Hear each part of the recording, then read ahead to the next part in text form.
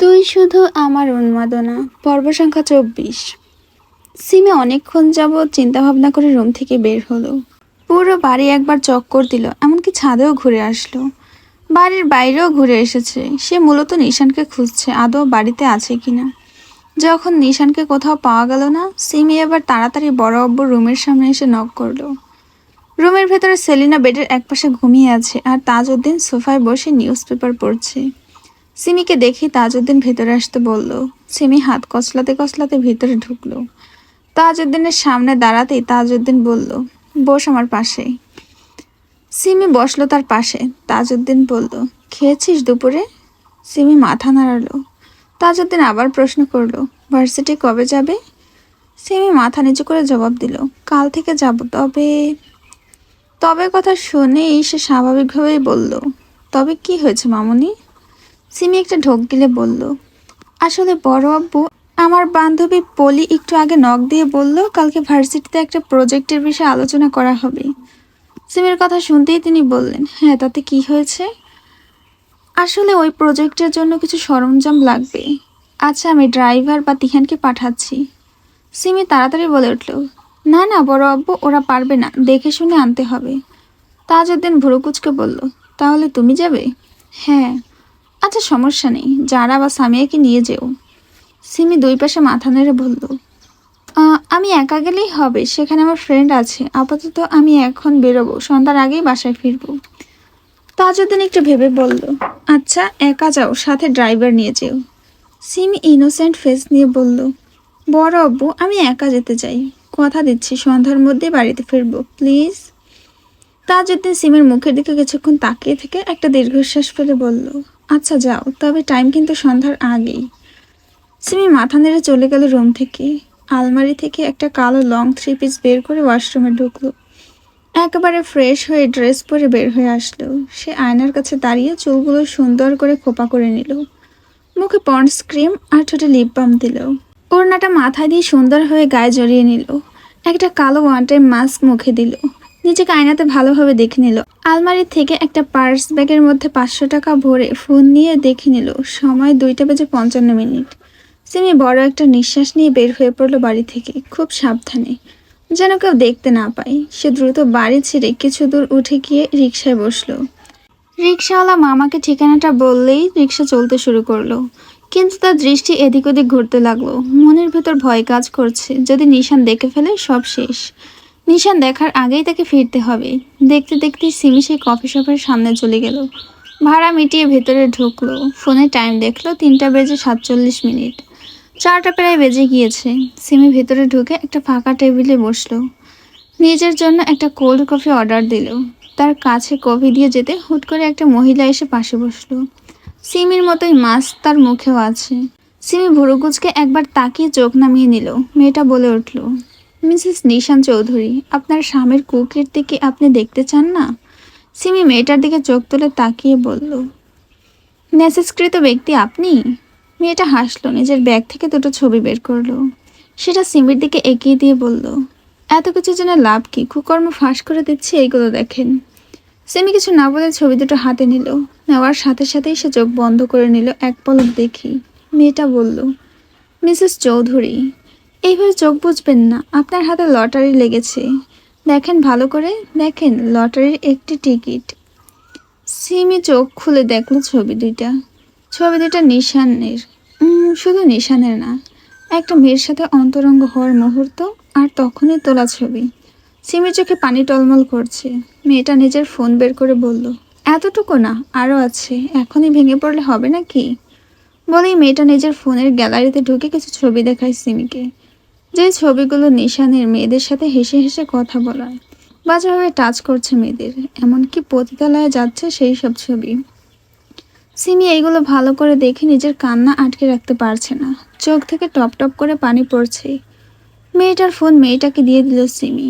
সিমি নিজেকে সামলিয়ে নিয়ে বলল, আপনি কে, আর এসব কিভাবে জানলেন? মেয়েটা হেসে বলল, দেখেন, আপনি মনে করেন যে এখন একটা লটারির টিকিট কেটেছিলেন, এখন সেটাতেই আপাতত আপনি জিতে গিয়েছেন, 15 লক্ষ টাকা পেয়েছেন। এখন কিভাবে পেয়েছেন, কেন পেয়েছেন, এগুলো জেনে আপনার লাভ কি? টাকা পেয়েছেন, এই আনন্দেই থাকেন। বলে মেয়েটা যেভাবে এসেছিল সেভাবে চলে গেল। সিমির কান্না থামানোর জন্য বড় মুশকিল হয়ে যাচ্ছে। সে ছবি আর ফোন নিজের ব্যাগে ঢুকিয়ে উঠে দাঁড়ালো। কফির বিল পরিশোধ করে বের হয়ে গেল কফি শপ থেকে। কফি শপ থেকে বের হয়ে একটু দূরে দাঁড়িয়ে কান্না করতে লাগলো। সে যেন নিজেকে আর সামনে রাখতে পারছে না, কষ্ট হচ্ছে। সিমি নিজের মুখের মাস্ক খুলে ফেললো। বড় বড় নিঃশ্বাস নিতে লাগলো। চোখ নাক লাল টুকটুক করছে। এদিকে সিমিকে দেখে কেউ একজন কল দিল নিশানের ফোনে। নিশান তখন রাগের মাথায় গাড়ি নিয়ে চলে গিয়েছিল নির্জন কোনো এক রাস্তায়। এখন রাগ কমে আসলে সে বাড়ি ফিরছিল। সিমির পেছনে লাগিয়ে রাখা ওইখানে থাকা স্পা কল দিয়েছে। দেখেই নিশান ভুরু কুচকে কল রিসিভ করলো। নিশানকে কিছু বলতে না দিয়ে সে বলল, ভাই আপনি কোথায়? ভাবি দেখছি এখানে দাঁড়িয়ে দাঁড়িয়ে কান্না করছে প্রচুর। নিশানের ভুরু কুঞ্চিত হয়ে গেল। সে বলে উঠল, কোথায় সে? ছেলেটা ঠিকানা দিয়ে দিল। নিশান দ্রুত গাড়ি ঘোরাতে লাগলো লোকটার বলে দেওয়া ঠিকানাতে পৌঁছানোর জন্য। এদিকে সিমি অনেক কান্না করছে। মনটা এখন একটু হালকা। মুখে মাস্ক পরে রিকশার জন্য পিছু ফিরতে হুট করে একজন তাকে ডাক দিল, সিমি। সিমি পেছনে ফিরলো, দেখলো একটা লোক দাঁড়িয়ে আছে ফর্মাল পোশাকে। নিজেকে শক্ত করে নিল ঠিকঠাক। সে বলল, আপনি কে? ছেলেটা হেসে সিমির কাছে এগিয়ে এসে বলল, এত তাড়াতাড়ি ভুলে গেলে আমাকে? সিমি ভুরু কুচকে বলল, দুঃখিত ভাইয়া, আমি আপনাকে চিনতে পারলাম না। কে আপনি? আমাদের কি আগেও দেখা হয়েছে? ছেলেটা বলে উঠল, 10 বছর আগের স্মৃতিতে ফিরে যাও। দেখো তো সেই স্মৃতিতে তোমার নীল ভাইয়া বলতে কেউ আছে কি না, যাকে হাসপাতালে ভর্তি করিয়েছিলে? সিমি অবাক কণ্ঠে বলল, কি? আপনি নীল ভাইয়া? সিরিয়াসলি? নীল মাথা নাড়ালো। সিমি আবেগ আপ্লুত হয়ে বলে উঠল, কোথায় ছিলেন এতদিন ভাইয়া? জানেন আপনাকে কত খুঁজেছি। সেই যে হাসপাতালে গেলেন, আমাকেও বন্দি করলো। পরে ছাড়া পেয়ে আপনাকে খুঁজে পাইনি আমি। এতদিন কোথায় ছিলেন? নীল হেসে বলল, সেদিন আমার হাত ভেঙে দেওয়ার পরেই আব্বু আর আম্মু আমাকে আর রাখেনি। বিদেশে নিয়ে গিয়েছিল, আমেরিকাতে। আর অনেক কষ্টে তোমার সাথে যোগাযোগ করার জন্য চেষ্টা করেছি, কিন্তু পারিনি। তবে ফাইনালে দেখা হয়ে গেল। সিমি একটা দীর্ঘশ্বাস ফেলে বলল, সত্যি বলতে নীল ভাইয়া অতীত বড়ই বিষাদময়। আমার জীবনে মেয়ে ছাড়া কেউ বন্ধু হতে পারতো না। তাও সেটা চাচাতো বোন বাদে অন্য কেউ না। মেয়ে তো দূরে থাক, ছেলেরা চোখ তুলে তাকালেও তাকে আর পাওয়া যেত না। খুব ভয়ে থাকতাম। হুট করে একদিন আপনি আসলেন বন্ধুত্ব হয়ে। আমি না করেছিলাম, তখন আপনি বলেছিলেন। সিমিকে বলতে না দিয়ে নীল বলল, বন্ধুত্ব হয়েছিল, বন্ধুত্বের মান রাখবো, সকল বিপদে তোমার সাথে থাকবো। শুধু বন্ধুত্বের হাত একবার বাড়িয়ে দিয়ে দেখো। আমি ছেলেটা কিন্তু অতটাও খারাপ না। আমি সইতে পারবো আমাকে কেউ খুন করলেও। নীলের কথা শুনে দুজনে হেসে উঠল। নীল বলল, তো তুমি এখানে কি করছো? শুনেছি বিয়ে করেছো, হাজব্যান্ড কোথায়? হাজব্যান্ডের কথা মাথায় আসতেই সিমি চোখ বুজে নিল। নিজেকে সামলে বলল, নিজের কাজে আছে, আমি এসেছি এখানে একটা দরকারে। আচ্ছা চলো এক কাপ কফি খাই, অনেক বছর পরে দেখা হলো, অনেক কথা আছে তোমার সাথে। সিমি হেসে বলল, অন্য একদিন, আজকে হাতে বেশি সময় নেই। তাহলে চলো, আমি বাড়িতে নামিয়ে দেব। সিমি মাথা দুই পাশে নাড়িয়ে বলল, না না, আমি যেতে পারবো রিক্সা করে। নীল ভুরু কুচকে বলল, সত্যিই তো? হ্যাঁ। আচ্ছা চলো তাহলে রিক্সাতে তুলে দেই। সিমি মাথা নাড়ল। এদিকে এদের কথার মধ্যেই নিশানের গাড়ি এসে থামলো তাদের সামনে। সিমি আর নীল ভুরু কুচকে গাড়ির দিকে তাকিয়ে আছে। হুট করে গাড়ির দরজা খুলে বের হয়ে আসলো নিশান। নিশানকে দেখে নীল হেসে হাত বাড়িয়ে দিল। মিস্টার চৌধুরী যে, কেমন আছেন? নিশান নীলকে পাত্তা না দিয়ে সিমির কাছে গিয়ে দাঁতে দাঁত চেপে বলল, তোর সাহস কত বড় হয়েছে, তুই এখানে এসেছিস? সিমি নিশানের দিকে পাশ ফিরে ঘুরে জবাব দিল, সাহস আপনার যত দূর আমারও তত দূর। সেই সাহস অনুযায়ী এসেছি। বলেই হাঁটতে লাগলো। নিশান সিমির হাত টেনে ধরে বলল, আমাকে ইগনোর করিস তুই? সিমি হেসে বলল, ইগনোর করার যোগ্যতা আনলে অবশ্যই করব, হাত ছাড়ুন আমার। সিমির এমন কথা যেন নিশানের রাগ আরও তরতর করে বাড়িয়ে দিচ্ছে। সিমিকে পাজা কোলে তুলে নিয়ে গাড়ির ব্যাক সিটের দরজা খুলে জোরে ফেলে দিল। তারপর নিজের ড্রাইভিং সিটে বসে ফুল স্পিডে গাড়ি চালিয়ে চলে গেল। নীল এতটা সময় ধরে চুপচাপ দাঁড়িয়েছিল। ওরা চলে যেতেই শুধু একটি দীর্ঘশ্বাস ছাড়ল। ওর কালকে ফ্লাইট। সিমির সাথে একটু কথা বলার ইচ্ছে ছিল, ইচ্ছেটা পূরণ হয়েছে, এটাই অনেক। মূলত একটা প্রজেক্টের মিটিং সম্পর্কের জন্যই এসেছিল এই কফি শপে। বেরোনোর সময় দেখে সিমি কান্না করছে, তাই আর নিজেকে আটকে রাখতে পারেনি, সিমির কাছে চলে গেল দুটো কথা বলতে। নীল আর দাঁড়ালো না, সেও গাড়িতে উঠে বসলো, চলতে থাকলো তার নিজের গন্তব্যের দিকে। 40 মিনিটের রাস্তা নিশান 20 মিনিটের মধ্যে ফুল স্পিডে গাড়ি চালিয়ে আনলো। রাগে তার মাথা ফেটে যাচ্ছে। সে গাড়ি থেকে বের হয়ে পেছনের দরজা খুলে সিমির হাত চেপে ধরলো। সিমি ব্যথা পেয়ে বলে উঠল, ধরতে হলে আস্তে ধরুন, নয়তো ছাড়ুন। নিশান কোনো উত্তর না দিয়ে সিমিকে টানতে টানতে বাড়ির ভেতরে প্রবেশ করলো। ড্রয়িং রুমে কম বেশি অনেকেই আছে, সবাই তাদের দিকে তাকালো। নিশান কাউকে পরোয়া না করে চলে গেল। সিঁড়ি বেয়ে উপরে উঠে নিজের রুমে। এদিকে বাড়ির সদস্য একে অপরের দিকে তাকাচ্ছে, না জানি কি হয়। আপাতত তারা স্বামী স্ত্রী, এই বিষয়ে কারো নাক না গলানোই উচিত। নিশান সিমিকে রুমে নিয়ে গিয়ে দরজা লক করে দিয়ে জোরে বেডের উপর ফেলে দিল। সিমি চোখ মুখ খিচে বন্ধ করে নিল। তখন গাড়িতে এইভাবে ফেলে দেওয়ায় সে ভীষণ ব্যথা পেয়েছে, এখন আবার। নিশান সিমির দিকে এগিয়ে আসতে আসতে রাগান্বিত কণ্ঠে বলল, এই তোর সাহস কত বড় যে তুই একা একা নাগরদের সাথে দেখা করতে গিয়েছিস? নাগর শব্দটা শুনেই সিমি তেতে উঠল। সে আঙুল উঁচিয়ে বলল, নাগর? থু, এইগুলো তো আপনার কাছে আছে, এক প্রকার টিস্যু। আমি কি আপনার মতো? নিশান সিমির এমন কথা শুনে দাঁতে দাঁত চেপে বলল, তুই আমার মতো মানে কি বোঝাতে চাচ্ছিস আমাকে, যে আমি কত মেয়েদের সাথে থেকেছি? সিমি হেসে বলল, তা নয় তো কি, নিজের প্রতি ঘৃণা হয় এমন এক কাপুরুষকে আমি ভালোবেসেছি। বলেই মুখ ঘুরিয়ে নিতে নিশান জোরে সিমির গলা চেপে ধরল। হুঙ্কার ছেড়ে বলল, তোকে বলতে দিয়েছি বলে তুই মাথা কিনে নেবি নাকি? তুই কাকে কাপুরুষ বললি? আর বাসছিস কেন ভালো? তোকে বলেছি যে আমাকে ভালোবাস। ফাঁক ইয়োর ভালোবাসা। বলেই গাল ছেড়ে দিল। সিমির চোখ দিয়ে টপ টপ করে নোনা পানি গড়িয়ে পড়তে লাগলো। সে নিজেকে ঠিকঠাক করে বলল, আসলেই আমার ভালোবাসা ফাঁক। সত্যি এতটাই পার্থক্য আমি দেরিতে বুঝতে পারলাম। নিশান টি টেবিলটা জোরে ফেলে দিল। দেখ ইস্যু, আমাকে রাগাবি না, রাগলে কিন্তু তুই আস্ত থাকবি না। সিমিও একইভাবে তাতে দাঁত চেপে বলল, মিস্টার তানভীর চৌধুরী নিশান, ভুলে যাবেন না আমরা একই বংশের। মাথা গরম, রক্ত গরম, সেগুলো আমার ভেতরেও বয়ে যাচ্ছে। কিন্তু আমিও কিন্তু সব কিছু তছনছ করে দিতে পারি।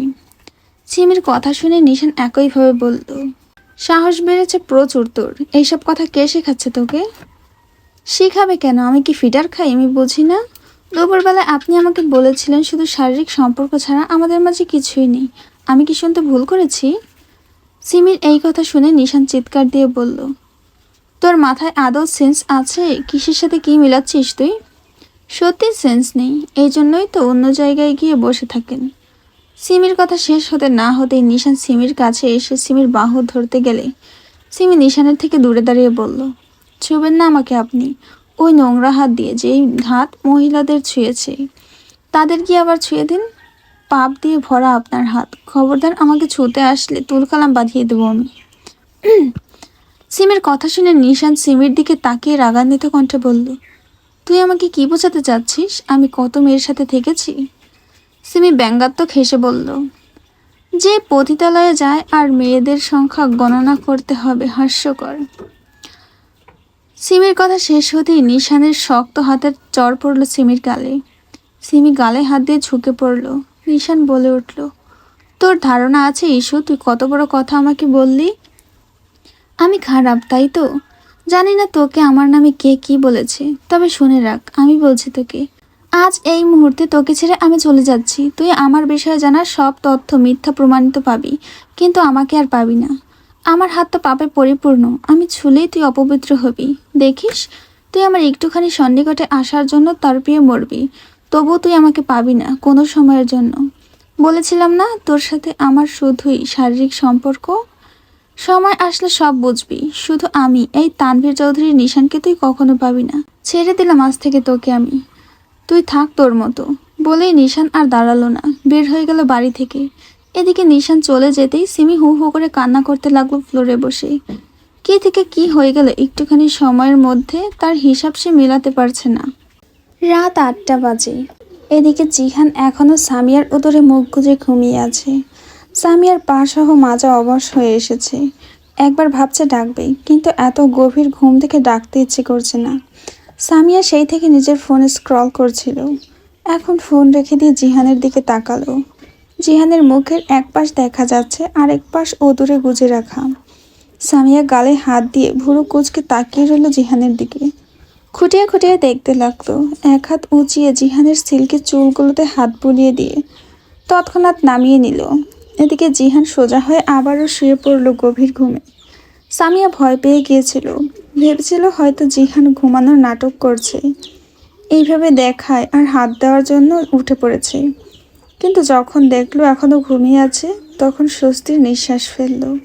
সামিয়া জিহানের দিকে এক পলক তাকিয়ে ওইভাবে শুয়ে পড়ল। চোখ দুটো বন্ধ করতেই জিহান বলে উঠল, ম্যাডাম পা লম্বা করে ঘুমান। জিহানের কথা শুনেই সামিয়া লাফ দিয়ে উঠে বলল, আপনি ঘুমাননি? জিহান হেসে বলল, ঘুমালে তো আর এত সুন্দর জিনিস দেখতে পেতাম না। যাক, আজকে অন্তত বউ আমার রূপ দেখেছে। সামিয়ার মন চাচ্ছে নিজের মাথায় নিজেই একটা ইট দিয়ে বাড়ি মারতে। ছি, কি করলো সে! এখন লজ্জায় জিহানের সামনেও বসতে পারছে না। তাই সে নেমে হাঁটতে গেলে আবারও বসে পড়ল। হাঁটার শক্তি পাচ্ছে না। জিহান সামিয়ার হাত ধরে টেনে বেডে ফেলে নিজেও শুয়ে পড়ল। সামিয়াকে বুকের মাঝে নিয়ে বলল, চুপচাপ ঘুমাও, খুব সুন্দর ঘুম হবে, তবে কোনো কথা ব্যতীত। জিহানের কথা শুনে সামিয়া একটু নড়তে গিয়েও থেমে গেল। তার সারা দেহ কাঁপছে। কেমন যেন আলাদা আলাদা অনুভূতি সৃষ্টি হচ্ছে। ক্ষণে ক্ষণে লজ্জা ভাব। সামিয়া আর বেশি চিন্তা করল না, চুপচাপ শুয়ে রইল। অন্ধকার রুম। বেলকনির ফ্লোরে এক পা লম্বা করে আরেক পা গুটিয়ে দেওয়ালে হেলাম দিয়ে বসে আছে নীল। চোখ দুটো লাল টুকটুক করছে, হাতে সিগারেট। যেখানে বসে আছে সেখানে অন্তত 15টা সিগারেট টান দিয়ে ফেলা আছে। নীল সিগারেট টান দিয়ে দূর ওই তিমির আকাশের দিকে তাকালো। আজ আকাশের চাঁদ তারাগুলো মেঘের আড়ালে ঢাকা পড়েছে। নীল কিছুক্ষণ তাকিয়ে থেকে হুট করে গেয়ে উঠল কয়েক লাইন। বোঝাবে কি করে তোকে কত আমি চাই, তোর কথা মনে হলে নিজেকে হারাই, তোকেই মাথায় করে বেঁচে আছি তাই। গানের লাইন শেষ হতেই নিজের কান্না আর আটকে রাখতে পারল না। বাচ্চাদের মতোই হাউমাউ করে কান্না করে দিল। ছেলেদের নাকি কান্না করতে নেই, তবে নীল তো আর পারছে না নিজেকে আটকে রাখতে, তাই সে কান্না করছে। নীল নিজের ফোন বের করলো। সিমের ছবির সাথে যেন কথা বলতে লাগলো। কেন শ্যামা, কেন তুমি আমার হলে না? আমি অনেক আশা নিয়ে এই দেশে পা রেখেছিলাম, শুধুমাত্র তোমাকে আমার করে নিয়ে যাওয়ার জন্য। কিন্তু এখানে এসে দেখলাম তুমি মানুষটা অন্যের নামে কবুল বলে ভালোবেসে ফেলেছ।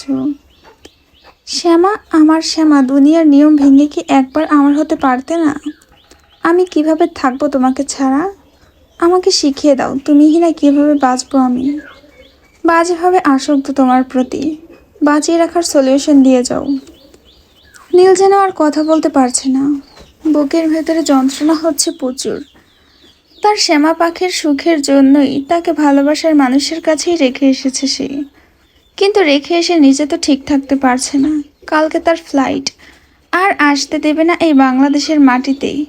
নীল আবার বলতে লাগলো, যখন তোমার সাথে আমার ফ্রেন্ডশিপ হয়েছিল তখন আমি এইসব ভালো লাগা ভালোবাসা বুঝতাম, কিন্তু যখন আমাকে নিয়ে চলে গেল তোমাকে পেতাম না। জানো আমার কত কষ্ট হতো, নিজেকে সামলে রাখতে পারতাম না। ঘরে বন্দি করে রাখা হতো আমাকে। পাগলের মতো আচরণ করতাম শুধু তোমাকে একটিবার দেখার জন্য। আব্বু আম্মু সহ্য করতে না পেরে ওই জায়গা থেকে লোক ঠিক করে তোমার ছবি তুলে আমাকে পাঠাতো। আমি তখন একটু ভালো ব্যবহার করতাম। ধীরে ধীরে বড় হতে থাকি। তোমাকে ঘিরে আমার উন্মাদনাগুলো আমার বেঁচে থাকার একমাত্র কারণ হয়ে উঠেছিল। থামল সে। আকাশের পানে তাকিয়ে বড় একটা নিঃশ্বাস নিল। চোখ নামিয়ে আবারও ফোনের স্ক্রিনে জ্বলজ্বল করতে থাকা সিমির মুখের দিকে তাকিয়ে বলল, সত্যি তুমি আমার বেঁচে থাকার একমাত্র কারণ। তুমি হলে অক্সিজেন। আমি চাইলে আমার অক্সিজেনকে ছিনিয়ে আনতে পারি, এই ক্ষমতা আমার আছে। তবে ওই যে আমার অক্সিজেন তো বেঁচে আছে অন্যের মুখের হাসি নিয়ে। এখন সে অক্সিজেন কেড়ে এনে কার্বন ডাই অক্সাইডে পরিণত করতে চাই না। থাকো তুমি তোমার অক্সিজেনের কাছে।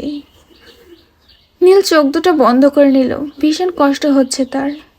এতটা হতো না, আজকে সিমির সাথে কথা বলার পর থেকে এমন হচ্ছে। সে ধীরে ধীরে উঠে দাঁড়ালো। মাথার মধ্যে চক্কর দিচ্ছে, সাথে প্রচুর যন্ত্রণাও করছে। রাত 10টা বাজে। বাড়ির প্রতিটা ছোট বড় সদস্য ডাইনিং টেবিলে বসে রাতের ডিনার করছে। সেলিনা, রোজিনা আর কিয়া তাদের সার্ভ করে দিচ্ছে। সবাই আছে, কিন্তু একজন নেই। তাজউদ্দিন স্বাভাবিকভাবেই সিমিকে জিজ্ঞেস করলো, সিমি মামুনি, নিশান কোথায়? ও কি রুমে নাকি? সিমি খাবার মুখে নিয়ে চিবোতে চিবোতে বলল, কোনো বিজনেস ট্রিপে গিয়েছে। তাজউদ্দিন ভুরু কুচকে বলল, কোথায় সেটা? আমি তো জানি না। তাজউদ্দিন এবার জিহানের দিকে তাকিয়ে বলল, জিহান, তুই কিছু জানিস? দুজনের তো একই বিজনেস। জিহান দুই পাশে মাথা নেড়ে বলল, না বড় মামা, ওর সাথে আমার কথা হয়নি। আমি একটু পরে কল দিয়ে জানিয়ে দেব। তারপর আর কোনো কথা বলা হলো না। চুপচাপ খেয়ে সবাই উঠে গেল। জিহান সামিয়ার হাত ধরে টেনে রুমের মধ্যে নিয়ে গেল। সিমি, যারা আর রাত্রি একসাথে উপরে উঠছে। যারা বলল, ভাবি, তোর মুখটা আজ এত শুকনো শুকনো লাগছে কেন? সিমি শুকনো মুখে মলিন হেসে বলল, শুকনো না রে, ঘুমিয়েছিলাম অনেকক্ষণ ধরে, তাই মুখের এই অবস্থা। দেখছিস না, চোখও ফুলেছে। যারা আর কিছু বলল না, একে অপরকে বিদায় জানিয়ে যে যার রুমে ঢুকলো। সিমি নিশানের রুমে ঢুকলো। দরজা লক করে দিয়ে লাইট অফ করে দিয়ে বেডের কাছে গিয়ে শুয়ে পড়লো। জিহান সামিয়াকে রুমে আনতেই সামিয়া বলল, সবসময় হাত ধরে টানাটানি করেন কেন? তুমি আমার বউ, শুধু টানাটানি কেন, সবার সামনে ঢলাঢলিও করতে পারবো আমি। সামিয়া ছি বলে উঠল, যা দেখে জিহান সামিয়ার কোমর শক্ত করে চেপে ধরে সামিয়াকে নিজের কাছে আনলো। সামিয়া কেঁপে উঠল, চোখ মুখ খিচে বন্ধ করে নিল। জিহান ভুরু কুচকে বলল, এত কাঁপাকাঁপি করছো কেন? সাথে চোখও বন্ধ কেন? আমি তো কিছু করিনি। এর মানে তুমি কি ডার্টি কিছু করার ইঙ্গিত দিচ্ছ আমাকে? সামিয়া দ্রুত চোখ খুলে জিহানের বুকে ধাক্কা দিয়ে সরিয়ে বেডের একপাশে গিয়ে শুয়ে পড়ে বিড়বিড় করলো, অসভ্য পোলা। জিহান বলল, কিছু বললে আমাকে? সামিয়া কোনো উত্তর দিল না। জিহান আর বেশি ঘাটাঘাটি না করে ল্যাপটপ নিয়ে বেডে বসে অফিসের টুকটাক কাজ করতে লাগলো। রাত 1টা বাজে। চৌধুরী ম্যানশনে এখন সবাই গভীর ঘুমে আচ্ছন্ন হয়ে আছে। এমন সময় নিচ দিয়ে মই বেয়ে 2 তলার রুমের বেলকনিতে এসে থামলো এক। রুমটা নিশানের। এভাবে উপরে আসা ব্যক্তিটি বেলকনির কাঁচ খুলে ভেতরে প্রবেশ করলো। ভেতরে ঢোকে কাঁচ আবার ধীরে সুস্থে লাগিয়ে দিল। একটা চেয়ার টেনে বসে গভীরভাবে ঘুমিয়ে থাকা সিমির মুখের দিকে তাকিয়ে থাকলো। কিছুক্ষণ তাকিয়ে থেকে হাত বাড়িয়ে সিমির মুখটা স্পর্শ করতে গেলে আবার সে ছুলো না। সে তো পাপে পরিপূর্ণ। হ্যাঁ, এই পাপে পরিপূর্ণ ব্যক্তি আর কেউ নয়, তানভীর চৌধুরী নিশান। নিশান সিমের ঘুমন্ত মুখের দিকে তাকিয়ে বলল, তোকে রেখে চলে গিয়ে থাকার মতো শক্তি আমার নেই ইস্যু। তোকে ছাড়া থাকার কথা বললে আমার বুক কেঁপে ওঠে। তবে তুই চিন্তা নিস না, আমি হাজারো পাগলামি করব তোর জন্য। তবে তোকে স্পর্শ আমি করব না। এই আধার রাতে চুরি চুরি করে এসে তোকে এক পলক দেখে যাব। তবুও দিনের আলোতে তোর সামনে আমি আসবো না। আমি যে থাকতে পারি না তোকে ছাড়া। তুই আমার আসক্তি, এমন এক আসক্তি যে আসক্তির কোনো তুলনা হয় না। থামলো নিশান। সম্পূর্ণ কথা বলার সময় তার দৃষ্টি ছিল সিমির উপরে। সে ওইভাবে আবার বলা ধরল, তুই বলেছিলিস ভালোবাসিস, কিন্তু আমার কাছে ভালোবাসা শব্দটার কোনো অস্তিত্বই বিদ্যমান নেই। যা আছে তা হলো আসক্তি। আমি তোকে কখনো ভালোবাসিনি ইস্যু, আর না কখনো বাসবো। তুই আমার অন্যরকম এক আসক্তি, যেই আসক্তি অ্যালকোহলের থেকেও তীব্র। শেষ কথা, আমার নিঃশ্বাস যতদিন চলবে ততদিন তুই আমার এই আসক্তি হয়ে থাকবি। বলে ওইভাবে তাকিয়ে রইল সিমির মুখের দিকে। তার গলা শুকিয়ে গিয়েছে। পানি খাওয়ার জন্য টেবিল থেকে জগ নিতে গিয়ে দুটো ছবি দেখলো অবহেলায় পড়ে আছে। নিশান ছবি দুটো হাতে নিতেই দেখলো খুঁটিয়ে খুঁটিয়ে। ছবি দেখার পর সিমির মুখের দিকে তাকালো। সে সিমির মাথার কাছে রাখা ফোনটা নিল, সব কিছু চেক করলো। হোয়াটসঅ্যাপে মেসেজ দেখে নাম্বারটা নিয়ে নিল। সিমির দিকে তাকিয়ে বাঁকা হেসে বলল, জাস্ট ওয়েট অ্যান্ড ওয়াচ। আমি যেইভাবে তরপাচ্ছি এভাবে তুই তরপাবি আমাকে এক পলক দেখার জন্য। অপেক্ষা কর। আজকে আসলাম, কালকে আবার আসবো। এইভাবে চুরি করে করে আসবো। তবে তোর সামনে আর আমি আসবো না। বলেই নিশান উঠে দাঁড়ালো। যেইভাবে এসেছিল ঠিক সেইভাবেই নিচে নেমে গেল। নিচে এসে নিজের গাড়িতে বসে গাড়ি চালাতে লাগলো। কাউকে ফোন দিতে ফোন রিসিভ হলো। কিছু জিনিস দিচ্ছি, সত্য মিথ্যা যাচাই কর। বলেই কল কেটে সে ছবিগুলো সেন্ড করলো সেই নাম্বারে। আর মেসেজটা সব কিছুর পরে ফোনটা রেখে দিল গাড়িতেই। খুব দ্রুতই প্রমাণস্বরূপ আমি দেখিয়ে দেব, সাথে কুকর্মের শাস্তিও ভোগ করাবো, বলেই বাঁকা হেসে গাড়ি চালাতে লাগলো।